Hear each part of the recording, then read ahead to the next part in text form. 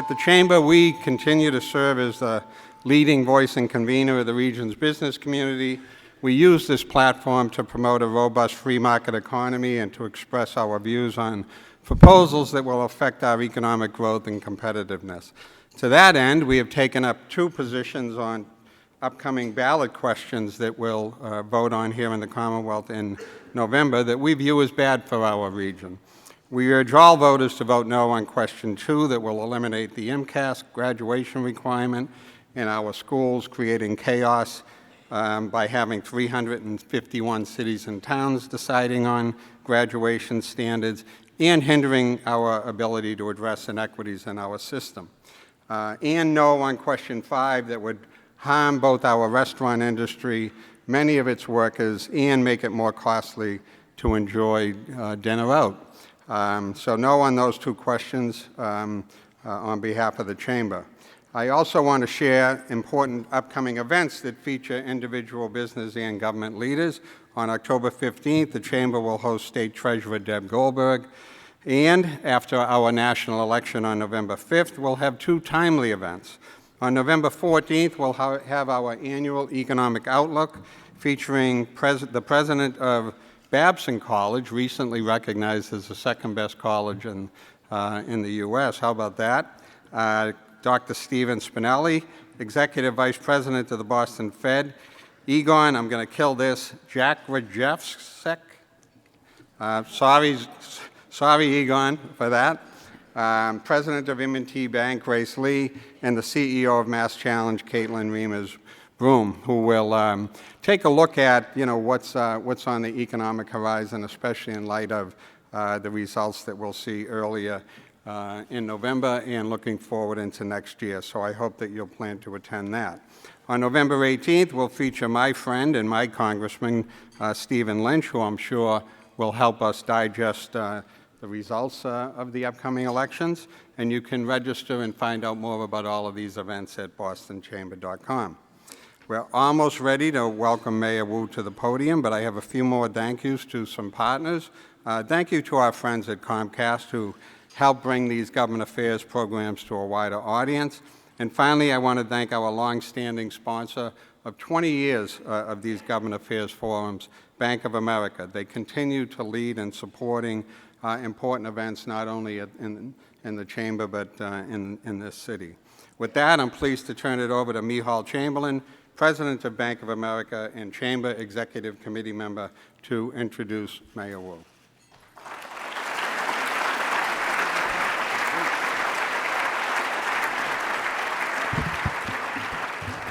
All right. Good morning, everyone. It's great to see you.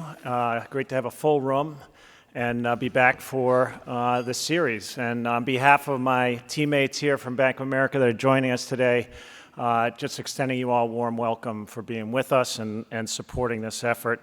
And, as a longstanding sponsor, as Jim said, 20 years of this great program, I just want to give a big thanks to Jim and the Chamber team for all they do to convene all of us here at these type of events for continued conversations with our government leaders here in Greater Boston and the Commonwealth. And now I'm honored to introduce today's special guest speaker, the Mayor of Boston, Michelle Wu. In 2021, Mayor Wu became the first woman, the first mom, and the first person of color to be elected as the mayor of the city of Boston. A believer in the power of community and collaboration, Mayor Wu is committed to building a Boston where housing is affordable, transit is accessible, growth is sustainable, and every community has the resources and opportunity to thrive. Mayor Wu started in public service with an internship in City Hall under Mayor Tom Menino while studying at Harvard Law School. She is alumna of the Rappaport Fellows Program, the recipient of the Massachusetts Democratic Party's Franklin and Eleanor Roosevelt Award, and she was named one of the Boston Globe's Bostonians of the Year and one of the Chamber's 10 outstanding leaders. We're so fortunate to have her as the mayor of our great city, and without further ado, please join me in giving a warm welcome to our mayor.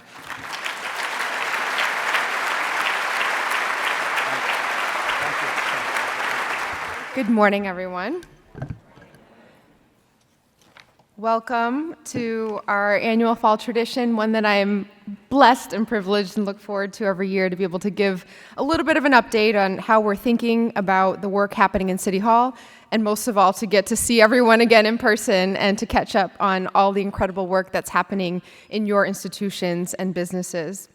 So thank you so much, Michal, for your very kind and generous introduction, and even more importantly, for the work that you do at Bank of America with your team every single day for our city. I've been grateful to see that up close over the last year, lots of youth summer jobs work and your leadership in that program, as well as an incredibly successful Boston Marathon under Bank of America sponsorship, so congratulations. We know that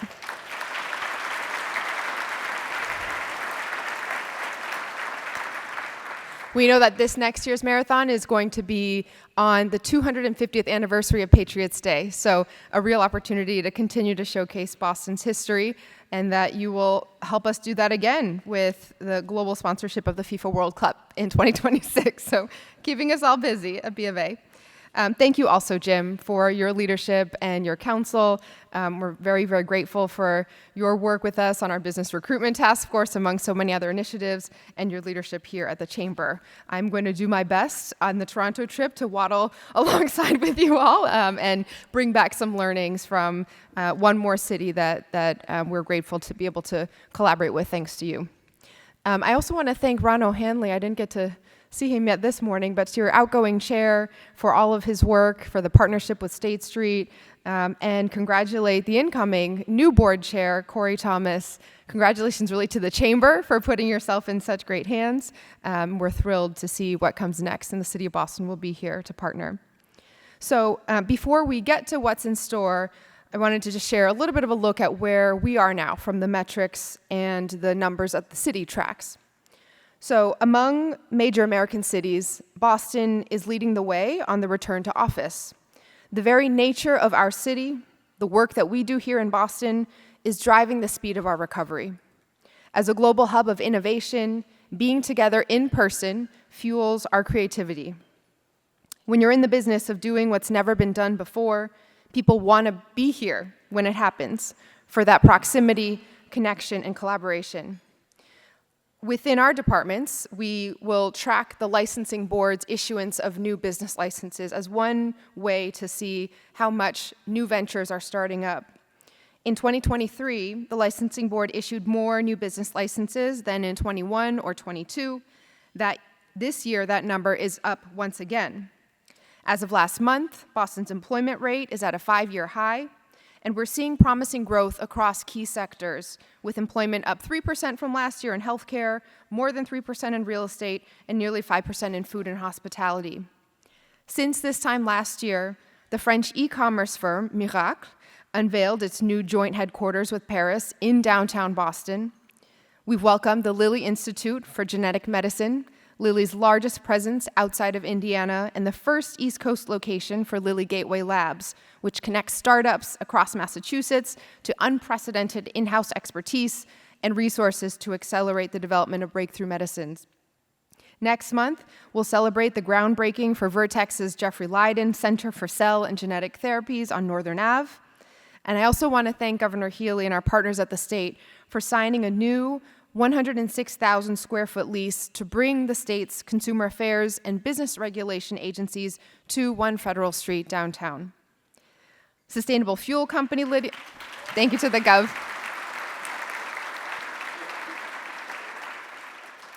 We're also building our climate tech hub out in Boston in partnership with the state's efforts. Sustainable Fuel Company Lydian signed a lease to join Archaea Bio, Indigo Ag, Mori, and Galley in Charlestown as part of the Hood Park Climate Tech Innovation Hub.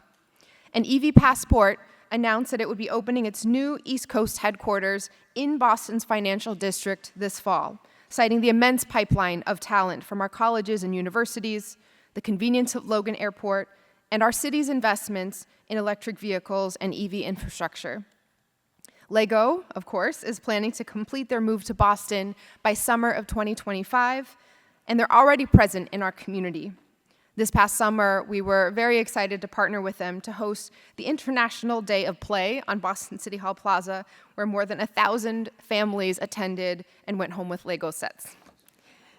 In one of the largest office space deals since the pandemic, Boston Properties announced that Bain Capital would be expanding their presence in Back Bay. And our friends at Toast and Converse have all extended or signed new leases, recommitting to Boston as the best place to do business. Our retail vacancy rates are between 2 and 3% in Boston, substantially lower than Chicago, San Francisco, and New York, and our retail and dining visits are up year over year. Consumer spending across Boston's neighborhoods is now at higher levels than pre-pandemic, and our downtown foot traffic numbers continue to rebound as well. In 2020, they were at just 39% of pre-pandemic. In 2022, at 75%. Last year at 82%, and as of August, we're on track to close out even higher this year. So thank you to the downtown bid for those numbers, but all for all that you do as well.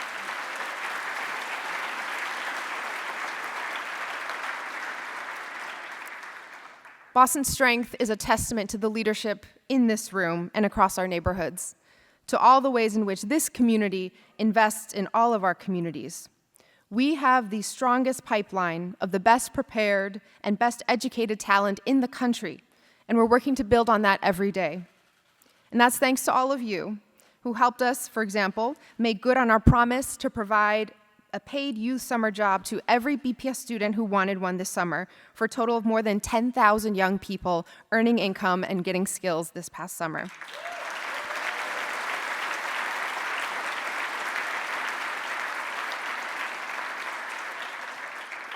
I'm sure each table has participants in that program, and I want to thank each and every one of you. This is one of the most important ways that we are investing in our community and growing our talent pipeline. And a special shout out to John Hancock for their many years of sustained leadership on summer jobs, as well as to our hospitals across the city for stepping up once again to inspire and invest in the next generation of healthcare leaders. I had the chance to shadow the program, the internship program at Dana-Farber. And a special thank you as well to Liberty Mutual, which more than doubled the number of youth summer jobs they funded and more than quadrupled the size of their summer intern class. So thank you so much to Tim and the entire team.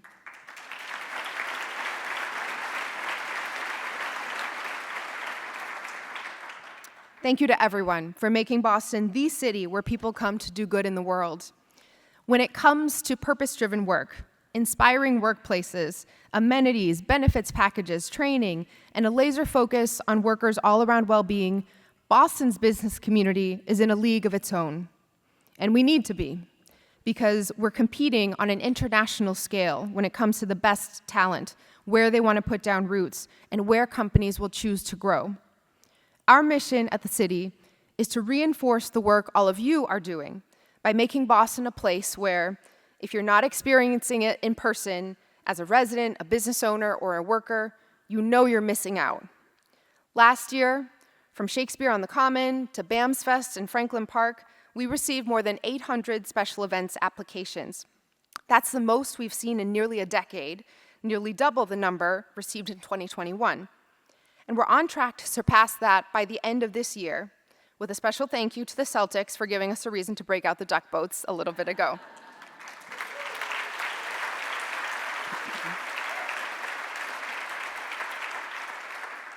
In July, we hosted Climate Tech on the Plaza in partnership with Schneider Electric, the New England Clean Energy Council, Mass CEC, and the Downtown Boston Bid to showcase more than 40 local climate tech businesses, including Boston-based startups like Tender Food, Cargo Bee, and Found Energy. We've doubled the number of open streets events that showcase our neighborhoods, build community, and encourage everyone to shop local. And in partnership with our leading cultural institutions, the first phase of our BPS Sundays program brought more than 35,000 students and their family members to our treasured museums and cultural institutions, nearly half of whom visited for the very first time.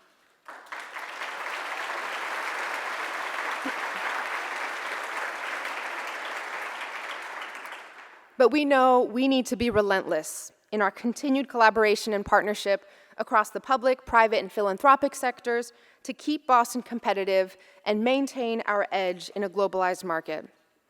Last week, I joined leaders from Boston's Green Ribbon Commission for a presentation from Brian Koop on Boston's return to work. Koop shared that the average office tenant turns over every 47 months, but because Boston Properties has held so many major commercial office spaces over the long term and can track tenant trends through the use of employee security passes or individual seat counts, they have a unique window into the most precise data on Boston's return to office. And thank you to Brian for allowing me to share some of these numbers with you all here today. So their analytics suggest that Boston's Class A office building occupancy has outperformed national levels in both 2023 and 2024 by as much as 20%.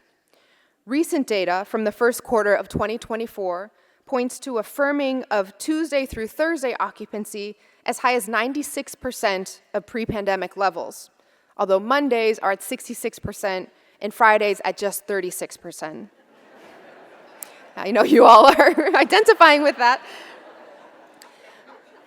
Most of all, he flagged what I've heard from so many in our business community, that this means fewer in-person commutes to downtown and our small businesses, and that this is a major shift in the very nature of our economy that we are still very much in the middle of navigating. To ensure that we emerge in a position of strength, we've been focused on protecting stability and achieving predictability across every metric for families and businesses all over our city. Nowhere is that predictability more important than when it comes to the safety of our communities. The examples across the country of urban doom loops or cities facing a cycle of disinvestment are connected to a clear deterioration in public safety. For residents, customers, and employees to experience full consumer confidence, full labor force participation, and general community health, there must be a foundation of safety. That's why we've built a dedicated focus on city departments, public safety agencies, and community partners coming together to set a new approach, to coordinate resources and measure our progress carefully. And the results are clear. Across almost every category, violent crime in our city is down, and under our administration, this focused partnership approach has reduced gun violence to the lowest levels on record year after year.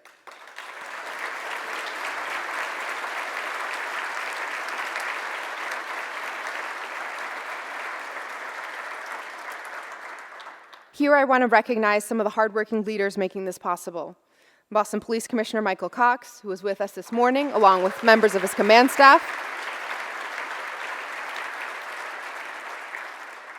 Our Senior Advisor on Community Safety, Isaac Yablo.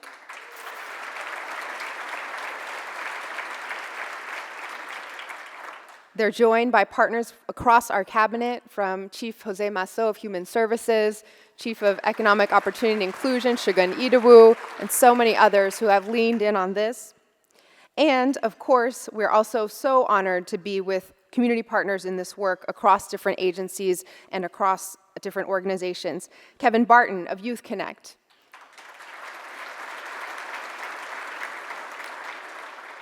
Roy Martin from the Life Course Health Unit at the Boston Public Health Commission.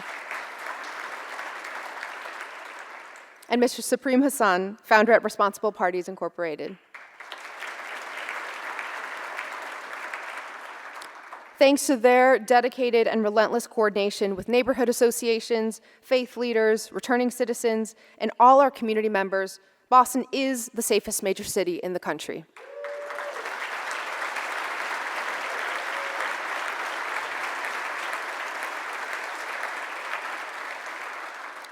In addition to a foundation of community safety, a world-class city needs world-class transportation. And here we continue to hail General Manager Phil Eng and his team at the MBTA for much-needed progress on one of the most impactful barriers to reaching our fullest economic potential, public transit reliability. And as we work alongside the state to keep the MBTA fixes coming, in City Hall, we're also taking every step within our jurisdiction to improve our transportation network. I'll give just one example. In February, Boston became one of just 2 American cities selected to partner with Google's Project Greenlight. Together with our Innovation and Technology Cabinet and our transportation team, thank you again to Yasha and the entire team, researchers at Google are using artificial intelligence to analyze driving trends from Google Maps to help our traffic engineers optimize signals and cut down on congestion. The intersections where this has already been implemented have seen stop-and-go traffic reduced by more than 50%. So we're excited by the progress so far, and with new recommendations coming in from Project Greenlight every month, we look forward to helping our residents spend less time getting where they're going and more time being there.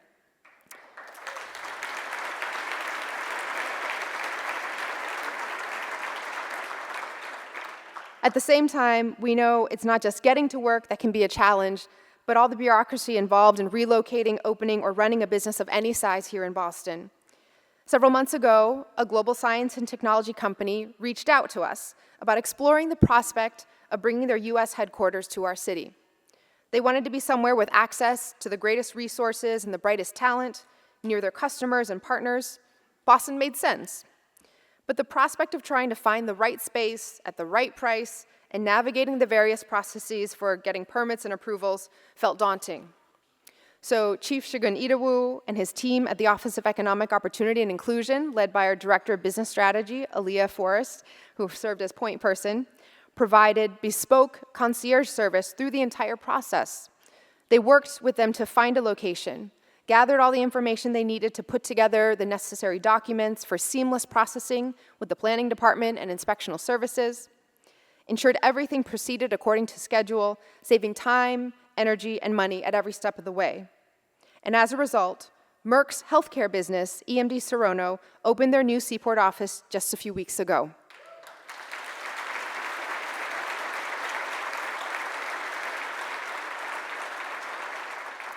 I'm going to thank David Nichols, I think may or may not be here this morning, and Kate and the entire team. We are looking forward to celebrating with you at the official ribbon cutting next week, and we're so grateful for your decision to invest in Boston. Now, I wanted to share their experience for two reasons. First, to illustrate that Boston is open for business and that our team is dedicated to creating as smooth and as tailored an experience as possible for every company looking to bring good jobs to Boston.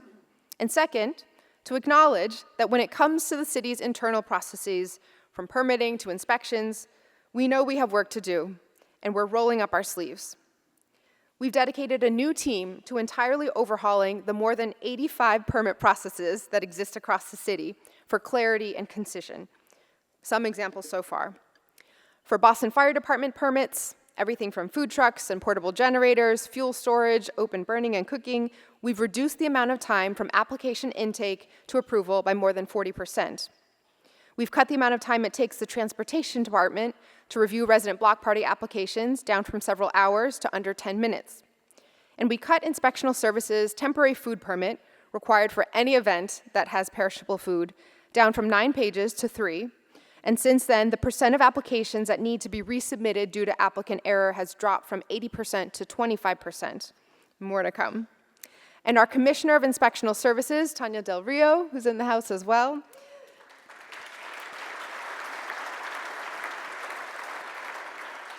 Commissioner Del Rio, who took over in February, is working with her team to streamline all our processes over at ISD, starting with inspection requests. Many of you know that once you have a building permit and you're ready to get your inspection, plumbing, electrical, and so on, in each of those instances, you often have to deal with a different inspector with different preferences for how to get in contact. Without an automatic confirmation of receipt, the processes included no way of knowing how long you might be waiting to hear back. I've been told it was like trying to nail jelly to a wall. So 2 weeks ago, we set up a new process to centralize inspection requests through our call center.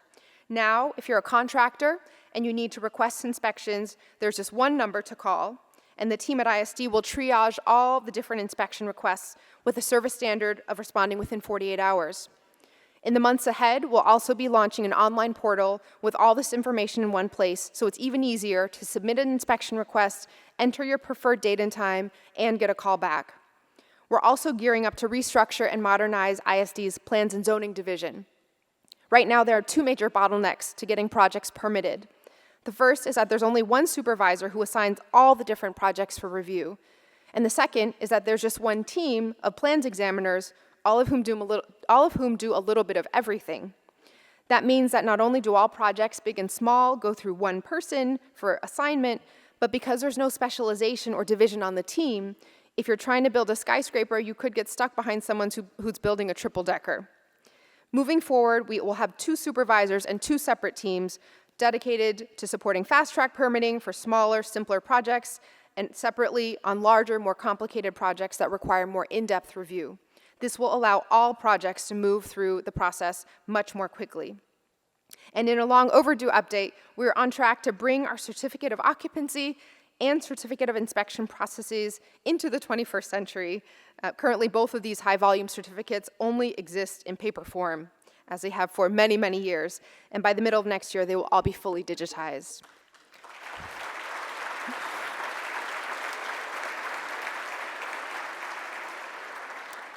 And as part of our ongoing efforts to modernize Boston's zoning code, later this morning, we'll release a report with draft recommendations for updates to the Article 80 development review process. We convened experts, researched best practices from cities around the country, and identified 3 key areas for improvement: the need for more effective engagement, more consistent standards, and more coordinated review. On engagement, what we heard consistently is that our process is often exhausting for residents and developers. Too many meetings, too few decisions. So to streamline that and include a wide range of perspectives, we will be proposing community advisory teams where we'll bring together expert voices and neighborhood leaders with the training and resources to ensure that development projects are advancing neighborhood and city goals instead of a project-by-project approach. We're also proposing to standardize mitigation and community benefits because the benefits of development should be predictable and so should the costs. Communities want to know that they're getting a good deal from growth in our neighborhoods, and developers want to put the costs in their pro formas well in advance. Finally, we've heard very clearly that the Article 80 process can drag on indefinitely, and that is unacceptable. Our decision-making should track the way buildings are actually envisioned and built, with a process that locks in major decisions and avoids relitigating every aspect of a project until the board votes. With these changes, we're confident we can add predictability and cut time and expense for everyone. We heard loud and clear that a fast no is better than an endless series of maybes, and projects that are checking all the boxes should sail through the process to deliver the housing and other benefits the city needs quickly and predictably. So thank you so much to all who served on our Article 80 Reform Advisory Committee, and we're so eager to get the public's feedback on these proposals that will be coming out later. I also want to take a moment to recognize that for the past several years, the macroeconomic environment has been especially challenging, to say the least, particularly for our partners in the real estate industry. The higher interest rate environment has meant higher borrowing costs, more pressure on profit margins, slower construction starts, lower presale demand, and risk aversion from lenders. That's a lot, standing between approvals and getting shovels in the ground, which is why our administration has been working to ensure that when the financing environment improved, our city would be prepared to meet this moment with a healthy pipeline of approvals, simpler processes, and a regulatory environment that propels good projects forward rather than holding them back. Since 2022, the BPDA board has approved over 170 new development projects totaling more than 36 million square feet of development. That includes nearly 13,000 new housing units, more than 4,000 of which are income restricted. This level of new development approvals is on par with pre-pandemic trends, and it sets up that pipeline of fully permitted projects ready to go as proof that Boston continues to be a world-class destination for investment. In fact, market rate residential development is on the rise here in Boston. New market rate housing production has increased by almost 25% compared to the same period last year in terms of starts. And in Rosendale, Hyde Park, and Mattapan, we've seen a 66% jump in housing starts over 2023. We've also rezoned more of the city in the last 2 years than in the last 20 years combined. And over the last year, the new zoning enacted enables 18 million square feet of new uses in Newmarket, new development in Charlestown, new residential development in East Boston, and ADUs in Mattapan and beyond. All of this means that developers no longer need to go to the Zoning Board of Appeal to seek out zoning variances in a process that could take months. Projects in rezoned areas will receive a zoning envelope on day one, explaining what they're entitled to from the outset, rather than finding out 2 to 4 years into the process. We're also updating review timelines and will publish performance reports to hold ourselves accountable to those timelines. Last year, we cut our 68-page marketing and tenant selection plan for developers down to a 5-page form, and I signed an executive order to speed up affordable housing projects that are proposed. Since then, we've cut down on the time it takes to permit new affordable housing by a third, and by the end of next year, we will have cut our old permitting timeline in half.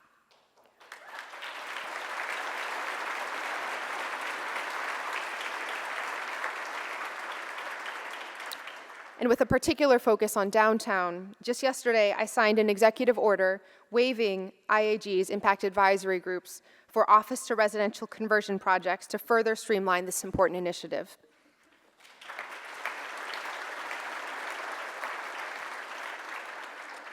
So much of this progress, so much of the work we've done to prepare our city for the next cycle of responsible growth is thanks to leadership and teamwork. I am incredibly grateful to our former Chief of Planning, Arthur Jemison, and Deputy Chief Devin Quirk, who has been serving as interim chief throughout this transition, and the entire planning department team. We need strong, visionary leadership to carry forward the momentum we've built up over the last 3 years. And I'm thrilled to introduce that leadership here today, our new Chief of Planning, Kairos Shen. Where is Kairos? Can Kairos stand up? Oh, there he is, okay.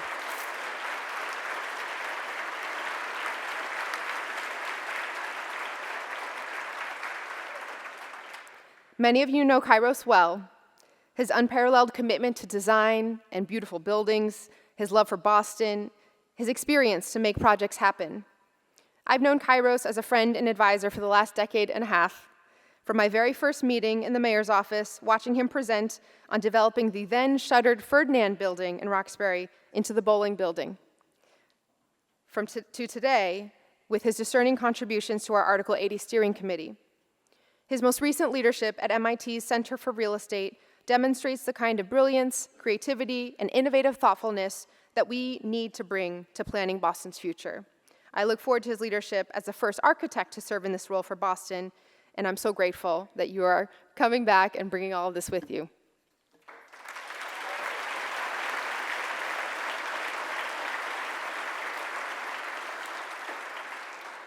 And Kairos couldn't be joining at a better time. Last week, the Federal Reserve finally delivered a rate cut, 500 basis points, and we all breathed a collective sigh of relief. Yes. And while lower interest rates aren't a solution to all the challenges we face, they are a hopeful signal of the shift we've been preparing for. Loosening capital markets are creating a more favorable environment for financing. Add to that programs from the state, like the Momentum Fund included in Governor Healy's recently approved bond bill. Thank you to the legislature as well. And that has made it more feasible for the city to step in and help close some of the financing gaps with the tools available to us. Today I'm sharing that Boston will create a housing accelerator fund to invest up to $100 million from the city's free cash fund balance to create much needed housing in our city.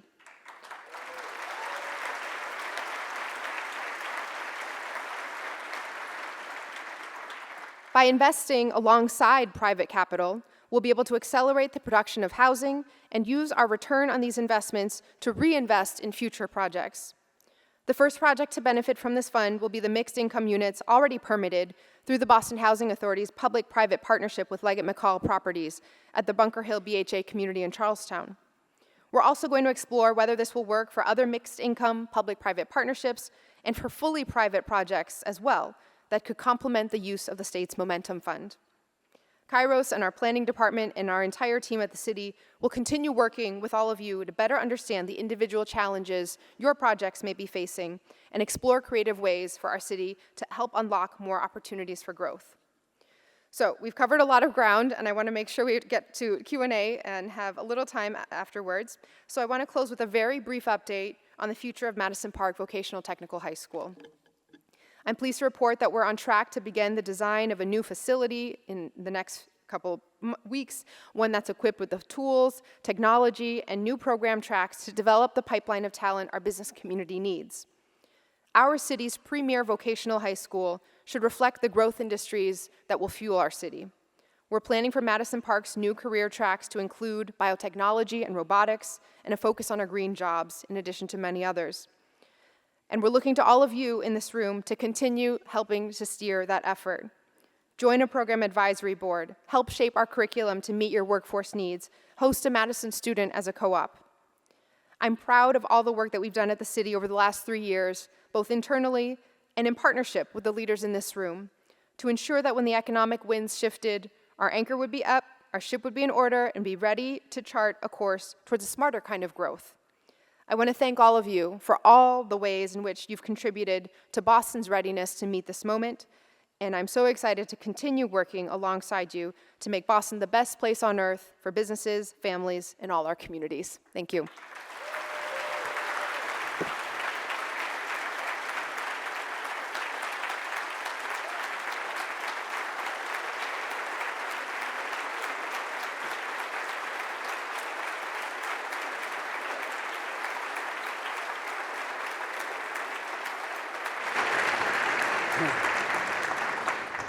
Let's see if we can get the technology right. Mine's on. Yeah, I guess we're on. We did it. Well, you did pack a lot into that speech, Mayor. And I want to begin by thanking you for focusing on so much of what is positive going on here in the city of Boston. I get a chance to talk to chamber leaders across the country, and despite all the challenges that we all face, they're still very envious of what we have in the city of Boston. So thank you for highlighting that. You highlighted that talent remains our competitive advantage, and we have to nurture that in so many ways. And first, then I got to say thank you for bringing back my friend Kairos. I knew he'd have to get back in the game. Stuck over there in the world of academia, you had to get back in the game. Welcome back, Kairos. The focus on public safety, you're right. Nothing could be more important and fundamental to the business community than making sure that, the city is safe for customers, for residents, for employees. So much there. And you know how close to our hearts Madison Park and Voc Ed is. So look forward to continuing to partner on that. But one of the things we do well here, I think, that keeps us in the position we're in is also sort of focus on and address the challenges that we had. I wanted to ask about housing, and you said so much about it in terms of process and creating the accelerator fund and just so much good. You highlighted, that BPDA has approved thousands of new housing units. 2023 was a tough year in terms of getting them into construction. We've got some momentum now. We've got, what's happening with the rate cut and so forth and these process improvements. I want to ask about the policy side. Our friends at NAIOP recently suggested we should reevaluate or delay policies that will make it, in our minds and their minds, more difficult to begin construction. And have asked that you would delay the inclusionary zoning requirements set to take effect next week. What are your thoughts on that? Well, first of all, thank you again for having me and for all of your leadership. I am only here because of the incredible work of our team, so thanks again to cabinet members, department heads, and all those who are here and not here. Shout out also to Madam President. The partnership on the City Council has been absolutely amazing, and even just was it last week we were in the backyard, we announced that the remaining ARPA funds would go primarily to housing, continuing to double down on affordability, as well as on small business investments and some of the programs that have been shown to really make a difference. So I think, in this moment,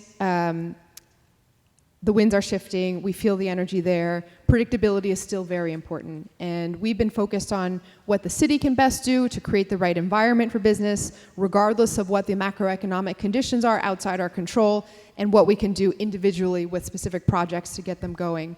When it comes to I think they're referring to the IDP, inclusionary development rules, these were already phased in and delayed by quite a bit. So the date for implementation has been set now for nearly a year.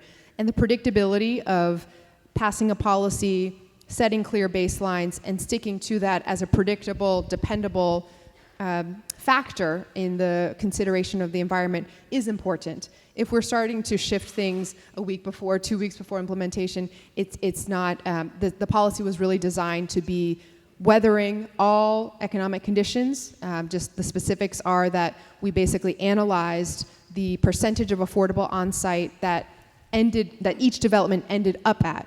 The baseline required was 13%, but after months, years of negotiations, they all ended up at an average of 17% affordable on-site, with, again, a lot of back and forth that takes precious time and resources. And so our adjustment was really to just set that as the actual baseline, to remove the need for years of haggling in the middle, and to have that at a 17% on-site requirement with the addition of 3% subsidy for vouchers, which helps the project owners and the property owners receive revenue from public sources, while also expanding the geographic range that voucher holders will be able to access in living in neighborhoods throughout the city. So the date was set with recognition of difficult economic times, but with also the careful calculation that this is meant overall to streamline processes and make sure that the baseline is the baseline, the rules are the rules, and they're predictable and not going to open up new avenues for continued delay. Okay. So I'm sure people out there are going to wonder if Jim's going to ask the mayor about the commercial property tax proposal. I had it in this speech and it was too long, so I was hoping we would Okay, talk well, about I'll it. ask you then. Yes, good. Okay, so city's home rule petition, not taken up by the Senate at the end of the session. You and I mean, I'm talking to you about it now, but you and I talk about it all the time. The Chamber of other business groups have opposed the proposal given the struggles of commercial properties in our downtown and negative impacts on small businesses and tenants. No easy solutions to this situation. I know you appreciate that. Walk us through your decision process on this issue. I know you have a keen eye, and you've mentioned the state of Boston's commercial real estate industry and what people are going through. Some have predicted that this is a 10-year challenge for any city to get out of. So walk us through your thought process on this being the answer in the moment. And, you know, the legislature may or may not take it up before the end of the year. What's the plan? What are the contingencies if they don't? So at the risk of going too far down a rabbit hole, I do want to give a little bit of context to make sure everyone has a sense of the history of where we are, where we are, why we are where we are with our property tax system, and the additional context of how we make decisions about this at the city level. So first of all, just on the proposal, so it is also crystal clear. The proposal is that Boston's, as every other municipality in Massachusetts, our tax system is very rigid because it's set by state law without much ability to tweak anything. This was put in place by Prop 2.5 several decades ago in order to make sure there was predictability in how quickly property taxes would rise. And because of that, we are constrained with certain ratios between residential and commercial. When both flow in the same direction, when the economy is strong, residential property values go up, commercial values go up, things stay in balance. When hard times come, both go down, things still stay in relative balance. It's when one goes up and one goes down that we end up having complications, because it can very quickly swing the allocation in ways that are not helpful for preserving stability. And so under this proposal, we would have a temporary window, exactly the same as when this was implemented 20 years ago with a similar one going up, one going down situation under the Menino administration. We'd have a temporary window to stabilize the shock of allocating the burden more towards one sector over another, smoothed out over, it would be 3 years. Under this proposal, residential taxes would still go up, commercial taxes would still go down, but it would be less of an extreme in either direction, again, for a 3-year period to make sure that we're smoothing that curve. I think what I want to point to in terms of how we think about how to balance everything, you know, the interest rates coming down were a big, big relief and created a lot of pain for certain industries and the business community for some time, but there's a wider recognition that the Federal Reserve has to balance multiple competing, sometimes, interests. Their dual mandate of managing both inflation and unemployment means that sometimes they have to make decisions where they're really trying to control the inflationary pressures on residents while also keeping an eye on how to best increase economic opportunity and incentive. It's similar at the city level, where I see our dual mandate as balancing opportunity and stability. We want to be the place where we're incentivizing growth, where there's new development, where we are creating every possible opportunity for entrepreneurship and investment, and we want to make sure that the pressures on our residents from gentrification or cost of living going up, our displacement, are managed very carefully as well. And that is a balance, and that can be a balance that feels a little bit wider than the purview of some of the groups that have spoken out who are necessarily and thankfully focused on pushing opportunity for the business community as the #1 agenda item. We all have our roles in that. But these two are intertwined. Obviously, you all know every day that if our residents were to have a sudden shock of increase in housing costs, that would be incredibly disruptive for your workforce and for your customer base and all of that. And our residents depend on the commercial sector to be strong and stable as well in creating jobs and creating the economic conditions for people to be able to make ends meet and go about their daily lives. The balance between the residential and commercial sector sharing taxes and therefore paying for city services has been in place since 1982 under Prop 2.5. Around that time, it was about a 30-70 split. 30% of the total property tax revenues came from the residential sector, 70% from the commercial sector. By the time I started on the council, it was closer to a 1/3, 2/3 split, a third residents, 2/3 commercial. This year, it is at about a 40-60 split. And so we've seen that transition over time as the residential tax base has grown, as the commercial base has also grown, but in a way that is more balanced between the two, as residential values, frankly, have increased quite a bit with Boston's success, stability, safety, all of that. And so what we're trying to achieve with this is to maintain that balance. We are headed through this major transition to a place where we're going to be even beyond 40-60. It will likely be closer to 45-65. We're going to be seeing a major shift in the balance between these two sectors. But for it all to come in 1 year, for residents to experience a more than double-digit shock versus having it phased in over 3 years makes a big difference to people who are living in our communities, to the workforce stability that you will experience, to the residential housing developers who are trying to get new housing starts and also want to prevent a residential property tax spike from going up. So that's the justification behind this particular proposal. Now, why not dip into our reserves, or why not cut our budget to try to achieve some offsetting of this? There are ways that we could be seeking more revenue, and we need to be, right? There are proposals up at the State House every year around tourism taxes or other streams. In Massachusetts, cities cannot create new revenue streams on their own without state legislative approval, and so that makes it so that we are very dependent on property taxes. 72% of our budget came from property taxes this current fiscal year.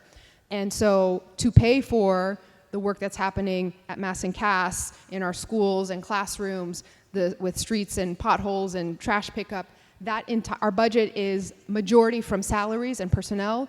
We don't do line items at the city level that the state might have a little bit more flexibility to just reduce what each organization is getting on the outside. We are very, very limited by Prop 2.5. When property taxes are constrained at 2.5% increase per year I think this stat is right, somewhere like this, something like 25 of the last 43 years that Prop 2.5 has been in place, inflation has been greater than 2.5%. So our budget growth has not even been able to keep pace with inflation. And we depend on new development, we depend on parking tickets, we depend on other ways to try to make up that extra bit. But the belt around us is already cinched quite tight since 1982 because of that firm rule that many other cities do not, in other parts of the country do not have, and that we are keeping up. Our budget increased by 7% this last year. Sometimes it's described as 8%, but the 1% of the BPDA coming to the city came with 1% additional revenue because that was off the books and now on the books. The 7% is in line and even below some of what we see in surrounding areas, as many of our municipal contracts adjusted to the wages of this moment. The MBTA's budget went up by more than 10%. As they settled new contracts, surrounding cities went up by similar amounts as well. And if we were to dip into our reserves, we have a free cash balance of somewhere around $500 million that is unrestricted by state law. the amount that we would have to dip in would basically cut that in half, and it would be a one-time use that then disappears when this is an allocation problem, not a revenue problem. And so to do that when unemployment is low, when the economy and all the signs are moving in the right direction, is actually not a fiscally responsible choice for the city. To cut something like $200 million from the budget would be half the police department's budget, or more than the entire Public Health Commission's budget. And so we are looking for this particular solution. It's certainly not the easiest one to get, and believe me, if I didn't have to ask for this, I would be trying to pursue a different method, because getting through all these levels of approvals is tough. But it is the one that maintains balance while managing this unique moment where we are in a major transition for our economy and therefore the tax base.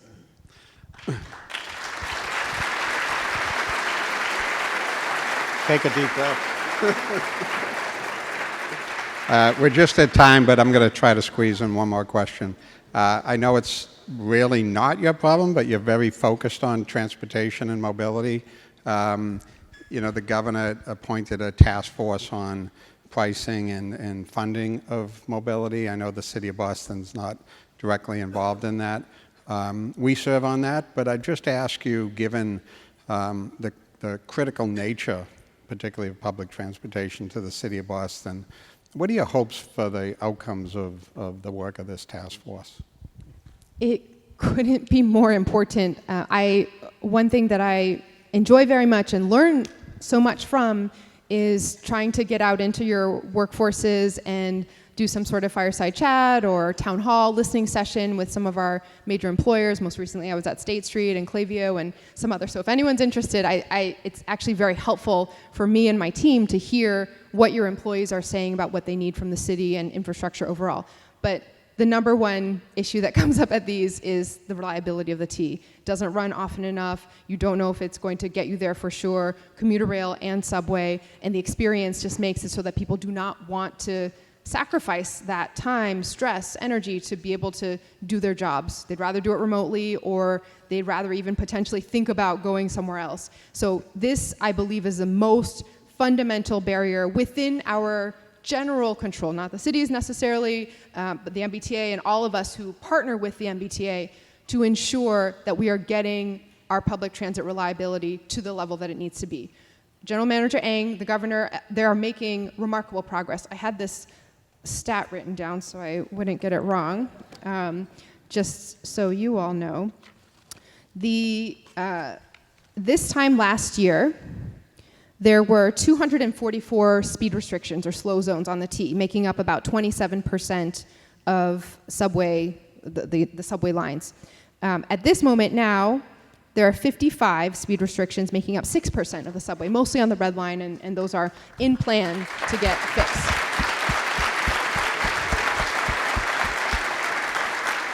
So they're making remarkable progress, but they need the funding to continue doing that.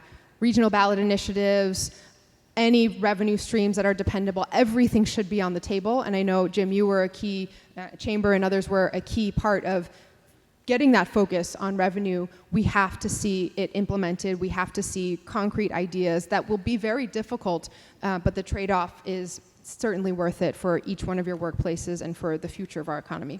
Great. Well, I know you and I are sitting down on this very subject next week. Anyway, Mayor Wu, thank you for joining us today. Thank you for... Thank you.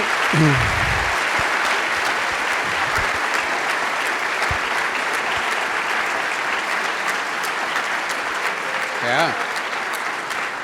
And thank you for your continued partnership and willingness to dialogue, even when we don't agree on everything. Have a nice day, everyone.